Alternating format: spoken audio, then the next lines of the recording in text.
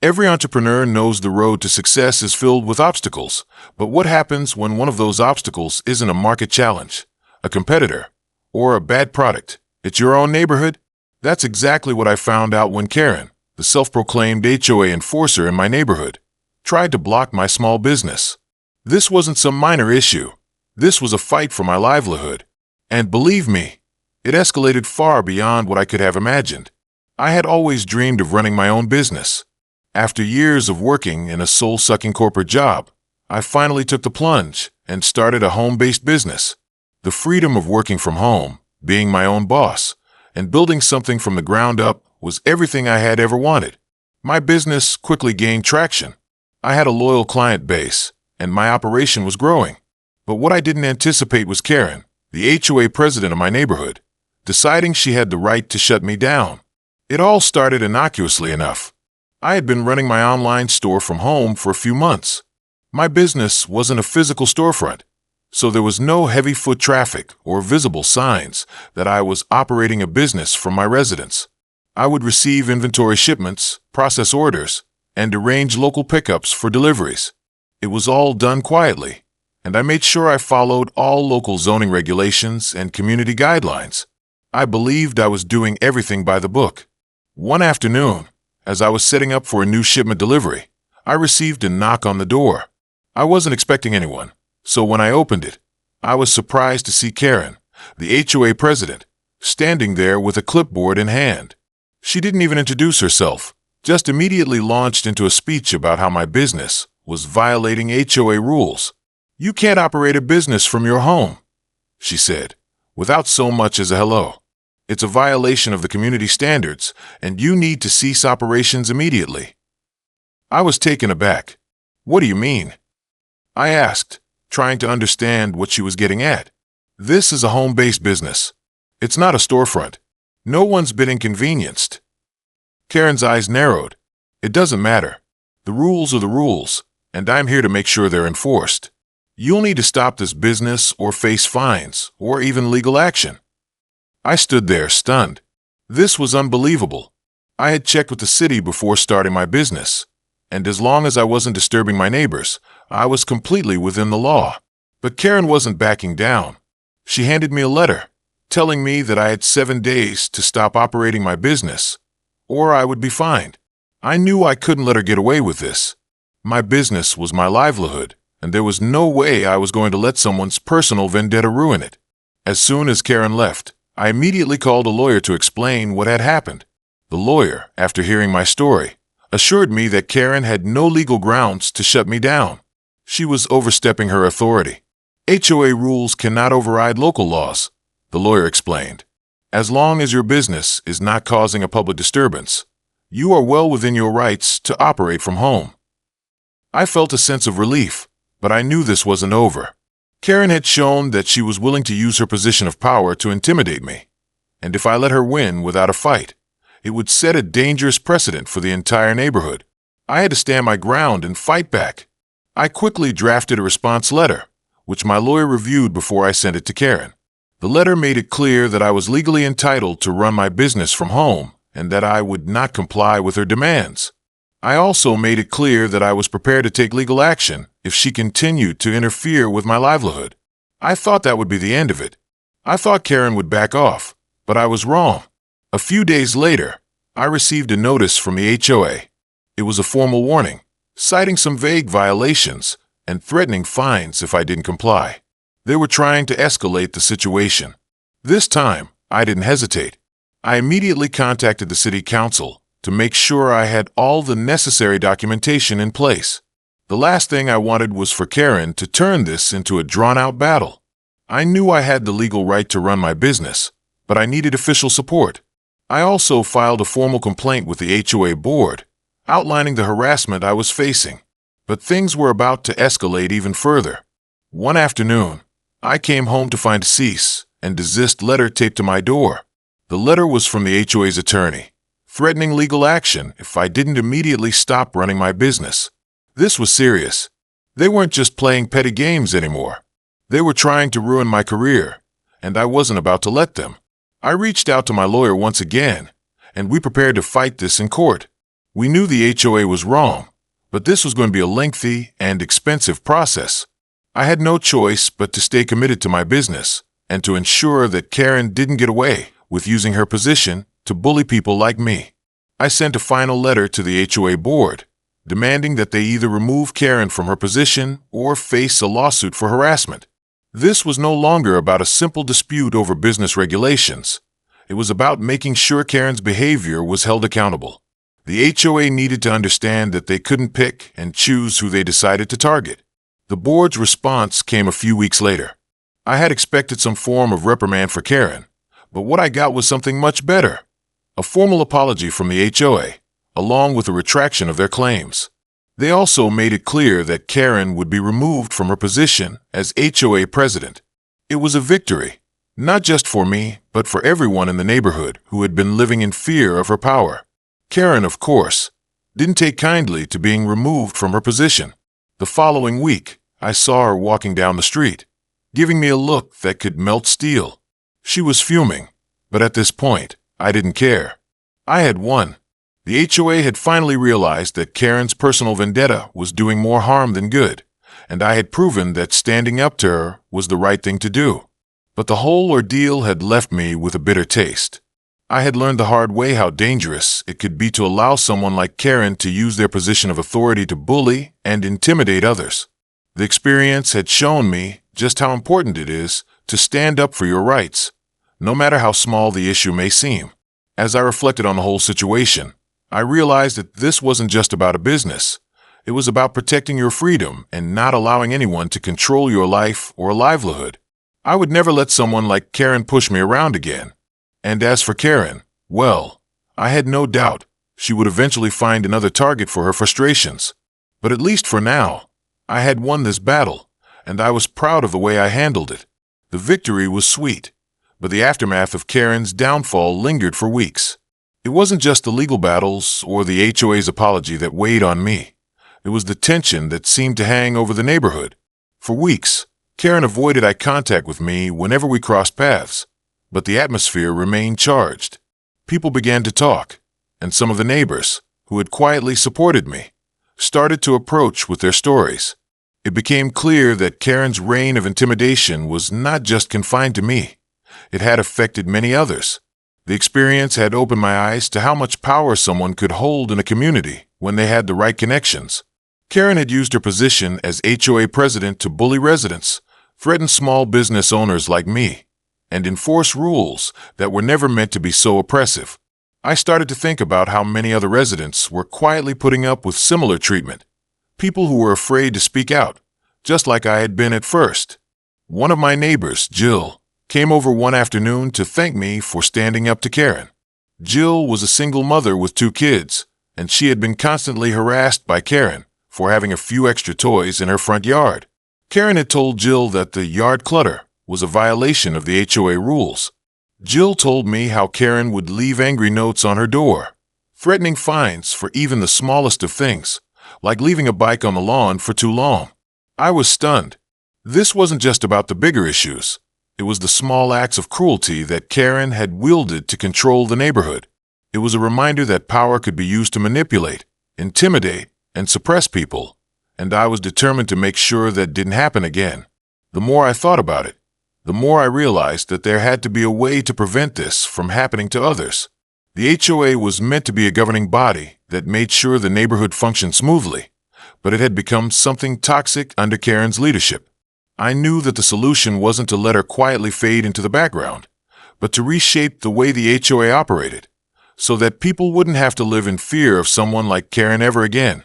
I started talking to more of my neighbors, those who had been affected, those who had remained silent, and even those who had seen Karen's actions as just part of the HOA.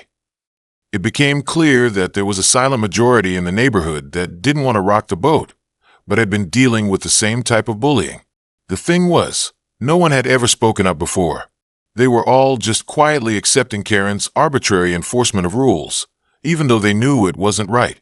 It wasn't long before a few of us started meeting in secret to form a new HOA initiative, one that would be fair, transparent, and inclusive. We wanted to create an environment where the rules were clear and just, and where everyone's voice was heard. No more self-serving leaders. No more arbitrary decisions.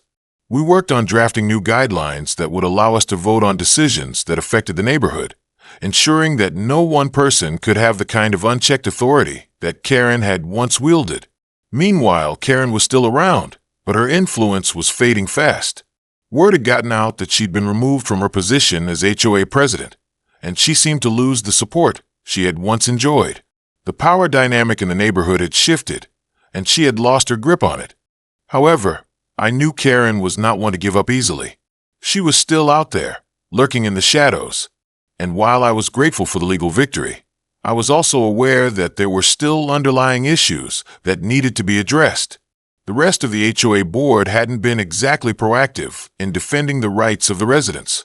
They had mostly stayed silent while Karen ran the show, which made me wonder how much real change would occur without an overhaul of the whole system. I was more determined than ever to see it through, to make sure that the future of the neighborhood wasn't determined by fear or oppression. But despite the looming uncertainty, I could feel the momentum building. People who had once been too afraid to speak out were now voicing their opinions. At our next meeting, we presented the new guidelines for the HOA, rules that would prioritize transparency, community participation, and fairness. I was a little nervous, but as the proposal was discussed, I saw that more and more people were in favor of it. Karen was no longer part of the HOA, but she hadn't disappeared entirely. She still had supporters in the neighborhood, people who had once been her allies or who were afraid of change. When it became clear that the new board would be elected, she started trying to rally her supporters in the shadows, encouraging them to vote for her to get back into a position of power. This time, however, there was a clear resistance. The people who had been silently oppressed by Karen's reign were no longer sitting idly by. The day of the vote was a turning point. There was an air of determination in the room, but also a sense of unity. We were standing together, not just to vote for new board members, but to reclaim the ownership of our neighborhood. The vote was overwhelming.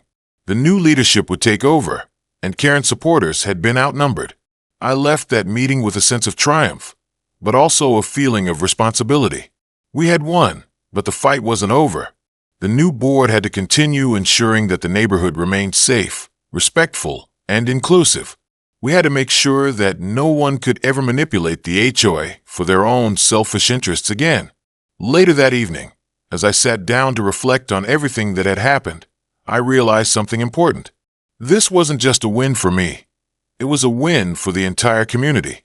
We had taken back control, not just from Karen, but from anyone who thought they could use power to bully others. We had stood up for each other, and that made all the difference. After the overwhelming success of the vote, it felt like a huge weight had been lifted from the entire neighborhood. The new board was finally in place, and Karen's reign of intimidation was officially over. But as we all knew, the real work was just beginning. The change that had occurred in the neighborhood wasn't just about voting Karen out. It was about creating a better, more transparent community where everyone's voice counted. For the first time in a long while, I could sense that the neighborhood was finally starting to heal. People were talking to each other more openly, discussing ideas for neighborhood improvements, and everyone seemed eager to have a say in how things were going to move forward. It was a refreshing change from the fear and tension that had once been pervasive. I had no doubt that Karen would not simply disappear. Even though she no longer held a position in the HOA, I was still certain that her influence lingered, and she wasn't one to go quietly into the night. She had been dethroned, but that didn't mean she was finished. From what I had seen, Karen didn't give up easily, and that made me feel uneasy. As much as I wanted to believe that she had learned a lesson and would leave us alone, I knew that her thirst for control would likely lead her to stir the pot in the future. It didn't take long for my suspicions to be confirmed. A week after the new board was established, I received a mysterious letter in the mail, hand-delivered and unsigned. It was addressed to me personally, and after reading it, I understood that Karen hadn't accepted the outcome of the vote. The letter was vague, but made it clear that she had no intentions of backing down. The message was cryptic, suggesting that I hadn't seen the last of her, and she hinted at the idea of taking legal action over the HOA decision. At first, I dismissed it as the ravings of a disgruntled individual, but the more I thought about it, the more it troubled me. Karen's ability to manipulate the HOA in the past meant she had connections and possibly resources I didn't fully understand. What if she had some kind of legal loophole she could exploit? What if she was still trying to find a way to undermine the new HOA leadership? I knew I couldn't be complacent. We had won the battle, but the war for the future of the neighborhood was far from over. I called a meeting with the new HOA board to discuss the letter and my concerns. We needed to be prepared for any retaliation or legal challenges that Karen might throw our way. I didn't want to be caught off guard again. The board members were receptive to my concerns. We agreed that Karen's actions needed to be watched closely, and we decided to tighten up our rules and procedures moving forward. We also decided to have legal counsel on retainer, just in case things took a turn. The HOA had to be professional, transparent, and most importantly, united in the face of potential challenges. No matter what Karen had up her sleeve, we needed to stand firm and be ready to face whatever she could throw at us. As we discussed our next steps, I couldn't help but feel a sense of unease. I was proud of the way we had handled the situation up to that point, but there was still a nagging feeling that Karen wasn't done with us yet. I kept wondering if she was plotting behind the scenes, waiting for the right moment to strike back. The HOA's previous complacency had allowed her to get away with so much, and I wasn't willing to make that mistake again.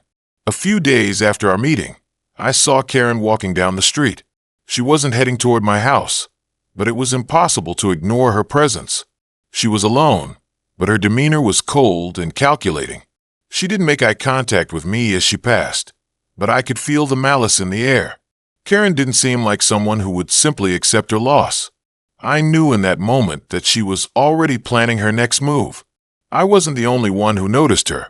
Several neighbors had told me they had seen her acting unusually distant, almost as if she was plotting something. I decided that I needed to keep an eye on her. This wasn't just about me anymore. It was about the whole community.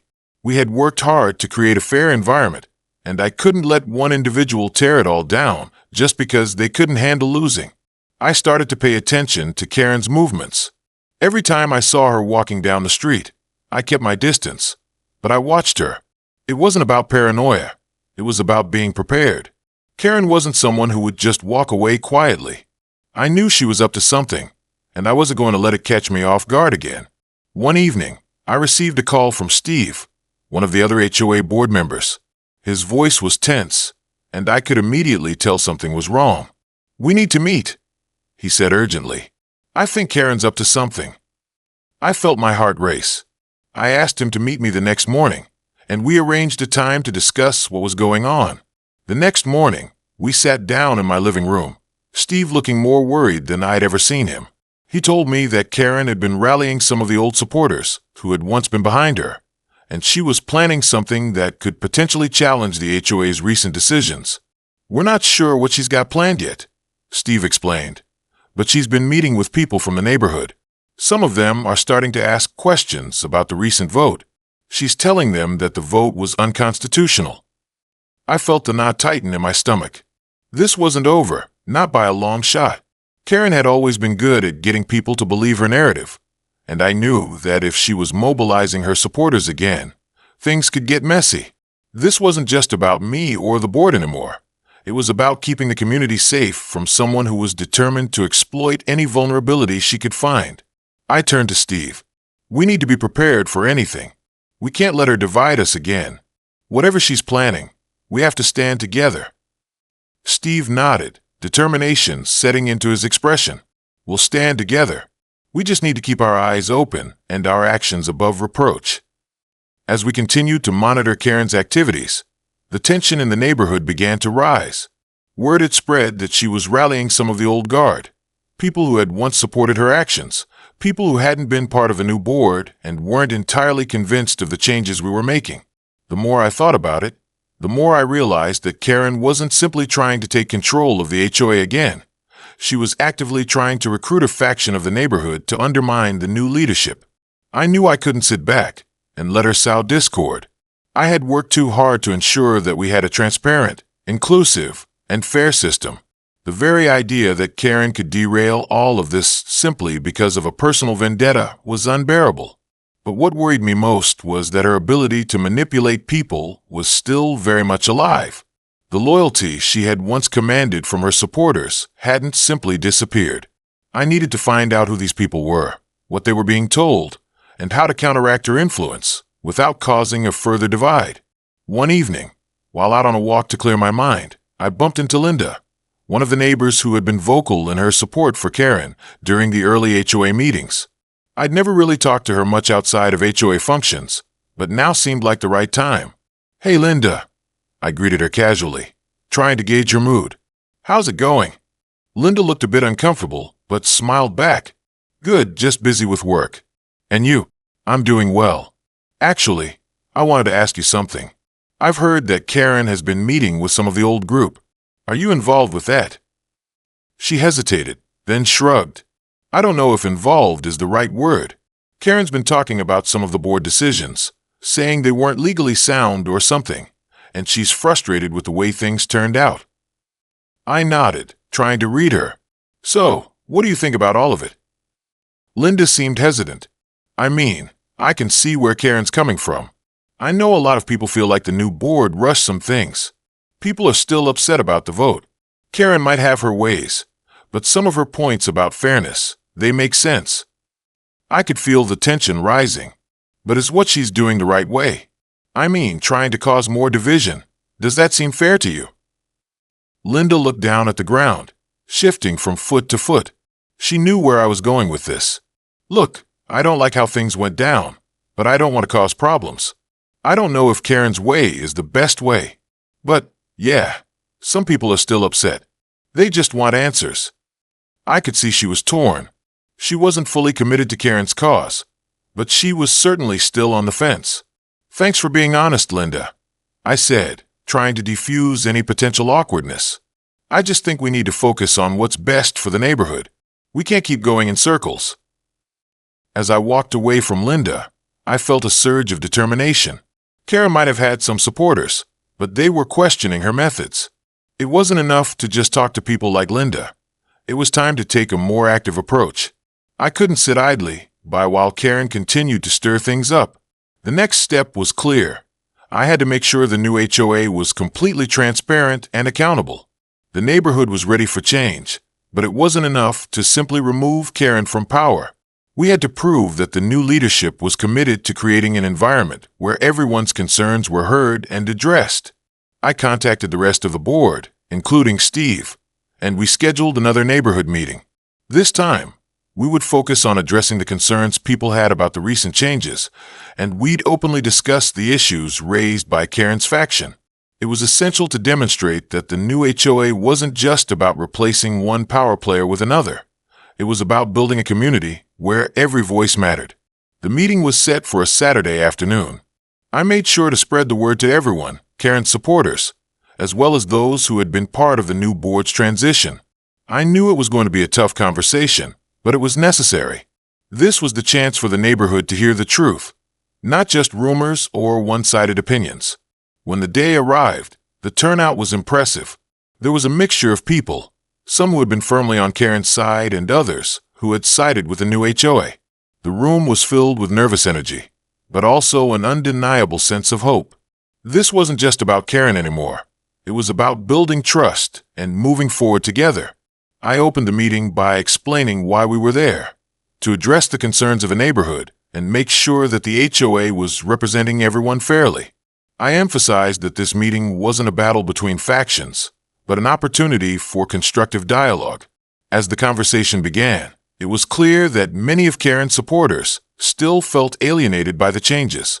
They raised issues about the way the votes had been conducted, about the transparency of the board, and about some of the rules that had been introduced. It wasn't easy to listen to, but I understood that these concerns needed to be addressed. People weren't just upset about the outcome of the vote. They were upset about how they had been left out of the conversation. After hearing their concerns, I made a point of responding to each one. I acknowledged the mistakes that had been made, and I promised that moving forward, we would work to ensure that everyone's voice was heard. But I also made it clear that while we valued input, we couldn't allow someone like Karen to continue undermining the decisions of the community just because she didn't get her way. As the meeting went on, it became clear that Karen's supporters were starting to see the value of the new board's approach. They began to soften their stance, recognizing that this wasn't about replacing one dictator with another. It was about making sure everyone had a say in how the neighborhood was run. As the meeting continued, I could feel the tension in the room slowly beginning to shift. The conversation had started off with people on edge, Karen supporters still feeling betrayed by the new HOA leadership, and others feeling frustrated by the lack of unity in the neighborhood. But as we discussed the issues, a realization started to dawn on everyone. This wasn't a fight for control anymore. It was a fight for community. Several people who had been initially opposed to the new board started speaking up, acknowledging that perhaps they had been too quick to judge the changes. They agreed that communication had been lacking and that the process had felt rushed at times. But what they also saw was the passion behind the new board's efforts to create a more transparent and fair system. They started to realize that the issue wasn't about one person or one side winning. It was about ensuring that everyone had the opportunity to be heard. Steve took the floor next, offering a compelling statement that shifted the tone of the meeting entirely. "We all have different views, but that's the beauty of this neighborhood," he said. "We have diverse opinions, different lifestyles, and yet, we all share a desire for a community that feels like home. The old HOA worked for some, but it didn't work for everyone. The changes we've made are for all of us, and it's time we move forward together. Let's put the past behind us and build a better future." His words resonated with many of the attendees. Some of Karen's former supporters nodded in agreement, and I saw the defensiveness start to melt away. This wasn't about winning or losing anymore. It was about finding a way forward that worked for the entire neighborhood, not just one person. At that point, Karen's absence was noticeable. Her usual forceful presence wasn't there to disrupt the conversation. The room felt lighter, and the negative energy that had been hanging over the community seemed to dissipate. I realized then how much Karen's constant control had drained the life out of the neighborhood. The division, the fear, those were her tools of power. Without her, the atmosphere was shifting into something more collaborative. Then, an unexpected voice spoke up. It was Linda, the neighbor I had spoken to a few weeks ago, the one who had been caught in the middle of Karen's schemes. She stood up, looking around at all the people who had gathered in the room. "I know I've been quiet for a long time," she started, "but I need to say something." The room quieted, everyone waiting for her to continue. "I've seen how Karen used to run things," Linda said, her voice steady. "It was never about what was best for everyone. It was about control. I've been afraid to speak out because I didn't want to rock the boat, but we have to face the truth. We've been living in fear of one person's decisions, and that's not what this community should be about." Her words were met with quiet murmurs of agreement. Linda wasn't the only one who had felt silenced. Many people had been too afraid to speak up, but her courage was a turning point. I could feel the shift in the room. Everyone seemed to understand now. This was about empowerment. It was about giving each person a voice, no matter how small. By the end of the meeting, we had come to an understanding. We agreed to move forward with a new board, but with a renewed commitment to communication and transparency. We promised to include everyone in the decision-making process, to give people a platform to voice their concerns without fear of retaliation. For the first time in a long while, I felt a sense of hope about the future of the neighborhood. We weren't just rebuilding a community. We were redefining what it meant to be a neighborhood. But just as I thought we had put the worst behind us, I received a phone call late one night. It was from Steve again, his voice tense. "We've got a problem," he said. "Karen's back, and she's not backing down. She's gone to the lawyer, and now she's threatening to sue the HOA and anyone who was involved in the vote." I felt my stomach drop. This wasn't over. Karen had already taken things too far, but now she was playing a much darker game. The thought of her dragging us all into a lengthy legal battle was enough to make anyone anxious, but I wasn't about to let her win. She had already lost the power to control the HOA. She wouldn't take it back without a fight. I spent the next few days consulting with the lawyer, preparing for the worst. But this time, I wasn't just protecting myself. We were all in this together. The neighbors who had come forward, those who had fought to make sure Karen wouldn't continue her reign, they were ready to stand with me. This wasn't just my battle anymore. This was a battle for the future of our community. We were prepared for what was to come, and I could already see how this story would unfold, It would be the final test for Karen's influence in the neighborhood. We weren't backing down. This was our community, and we were not going to let her take it away from us. I couldn't help but think back to the moment when Karen had threatened to destroy my livelihood. That was the turning point. Now, it wasn't just about my small business. It was about the freedom to live our lives the way we chose, without someone like her standing in the way. If Karen thought she could come back and bully us into submission again, she was gravely mistaken. We were ready, and we would fight this all the way. The next few days felt like a prelude to a storm.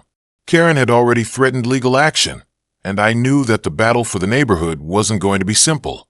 But as I sat down with my lawyer, I felt a sense of clarity. We weren't just defending our positions. We were defending the very essence of community. We had taken a stand, not just against Karen, but against the intimidation and manipulation that had plagued our neighborhood for so long. I called a meeting with the new board to prepare for the next steps. We needed to ensure we were united and well prepared for whatever Karen might throw at us. The board members were all on board, and we decided to issue a statement to the entire neighborhood. We didn't want people to be caught off guard by Karen's potential threats, so we made sure the community knew we were actively working on the situation and that no one would be left to face it alone. But just when I thought we had a firm grip on the situation, Karen escalated things further. One morning, as I was getting ready to head out for the day, I found a letter waiting for me. It was an official document from Karen's lawyer, stating that she was taking legal action against the HOA for a breach of protocol in the recent vote. The letter outlined a list of grievances, many of which seemed fabricated or taken out of context. This wasn't a simple lawsuit. This was her attempt to reclaim control of the neighborhood. If she succeeded, she could undo everything we had fought for. My first reaction was to feel a surge of frustration, but I quickly reminded myself that this was just another game Karen was playing. We had the law on our side, and we had all the documentation to prove it. I wasn't about to let her twist the facts to her advantage. I called an emergency meeting with the board. Steve, who had been instrumental in organizing the neighborhood's response, was already gathering evidence to support our case. We all knew we were in for a fight, but this time, it was going to be different. We weren't going to back down. We had the support of the community, and we had worked hard to create a fair and inclusive HOA. As the days went on, we made sure to keep the neighborhood informed. We sent out regular updates, explaining our position and assuring people that we were working closely with legal experts to handle the situation. The feedback from the community was overwhelmingly positive, and the majority of residents were standing behind the new board. This wasn't just about my business anymore. It was about making sure Karen's reign of control never took hold again. It wasn't long before Karen's true nature started to emerge in the legal documents she filed. The claims she made in her lawsuits were vague, and many of them were based on personal grievances rather than legitimate issues. I couldn't help but think that Karen had underestimated the resilience of the community. The more she pushed, the more people were beginning to see her for who she really was. A person who was willing to use the law for her own benefit and to punish others who didn't agree with her. The HOA board had our lawyer draft a counterstatement, and this time we were ready. Our response was clear. Karen's lawsuit had no grounds, and we were fully committed to upholding the interests of the entire neighborhood. We also made it clear that we would not be intimidated. The letter went out to everyone in the neighborhood, ensuring they were aware of Karen's attempts to undermine the democratic process we had worked so hard to establish. As the weeks went on, the situation began to feel more like a battle of wills than a legal dispute. Karen continued to try and rally support for her cause, but more and more neighbors were speaking up in favor of the changes we had made. At one point, we even received messages from former supporters of Karen who had seen through her tactics. They expressed regret for not speaking up sooner, but now they understood that what we were trying to do was for the good of the entire neighborhood. But Karen wasn't going down without a fight. Late one night, I received another call from Steve. His voice was urgent.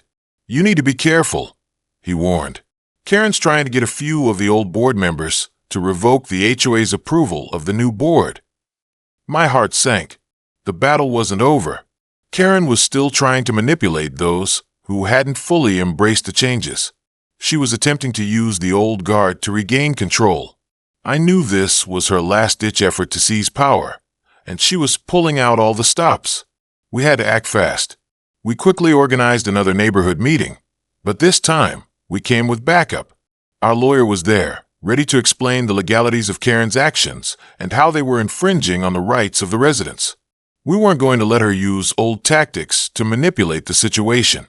The meeting was set to be the final showdown, the moment when we would all decide whether Karen's attempts to regain control would succeed or whether we would push back once and for all.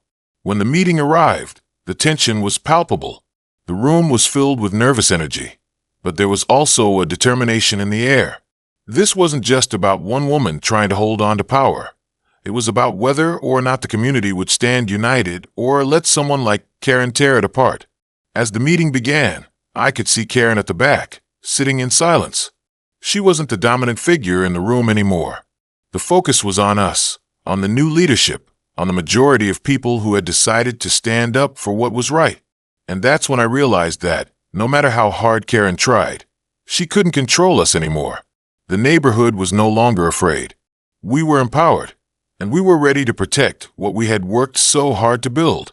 If you've enjoyed this story and want to hear more about how we fought back against Karen and took control of our community, don't forget to like this video and subscribe for more updates on how we took a stand. Have you ever dealt with someone like Karen trying to control your life? Let me know your thoughts in the comments below. Thanks for watching, and remember, always stand strong and fight for what's right.